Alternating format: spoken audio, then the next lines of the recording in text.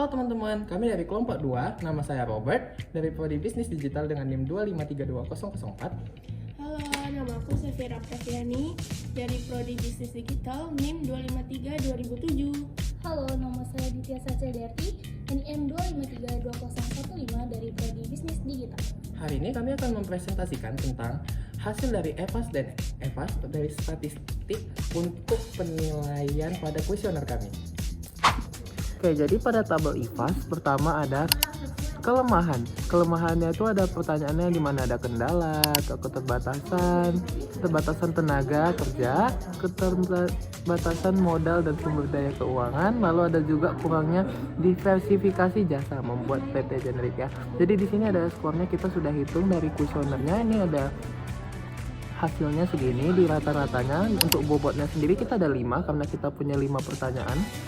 Lalu ini totalnya, jadi di kelemahannya ada 95, dan di kekuatannya kemudian kita ada pertanyaannya tentang saya sudah mengetahui tentang PT ini, sumber daya yang terampil dan berpengalaman, lalu ada jaringan relasi, lalu ada keahlian, dan di sini ada pertanyaannya untuk PT Media memberikan pelayanan baik. Nah, di sini juga ada skornya, udah kita hitung dari rata-ratanya, ini kita bulatkan ya teman-teman untuk memudahkan kita dalam menghitung. Jadi ini tuh 3, 4, 3, 3, 3, dan ini bobotnya juga 5. Oke, jadi dari hasil perhitungannya adalah kita dapatkan 5 ya poinnya. Oke, lanjut ke tabel EVAS.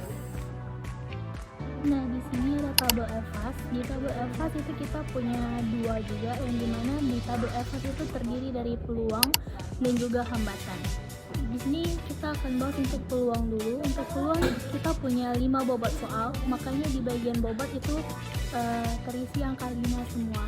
Dan untuk pertanyaannya sendiri itu adalah mengenai peningkatan, terus ada pemerintah, perkembangan teknologi, sama quality, serta apakah generik itu memberikan penawaran harga yang relatif masuk akal atau tidak. Nah, jadi untuk total skornya itu kita dapatkan dari hasil rata-rata jawaban dari kuesioner yang telah kami sebarkan kemarin, yang dimana di hasil skor ini itu kita bulatkan. Nah, setelah itu untuk totalnya itu didapatkan dari dimana skor dikali dengan bobot.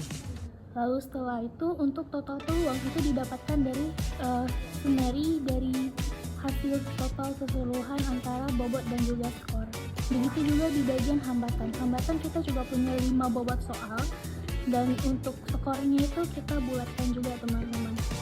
Untuk totalnya perhitungannya sama, kita dikalikan antara bobot dan juga skor.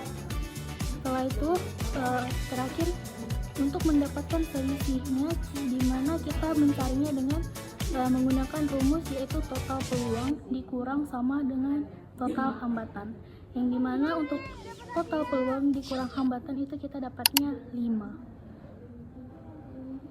Oke, lalu selanjutnya ada di terakhir ada sumbu kemiringannya. Lalu di sumbu kemiringan ini, di sumbu X kita mendapatkan dari tabel EVAS-nya, SW-nya, kita mendapatkan 15 dari total selisihnya. Lalu di sumbu Y ini kita mendapatkan hasil 5 yang dari selisih total peluang dan hambatan. Lalu berikut kemiringan sumbu X lebih unggul 15 dibanding sumbu Y 5. Oke, baik, sekian dari presentasi kami. Oke, udah di closing kita ya tadi ya. Bye bye.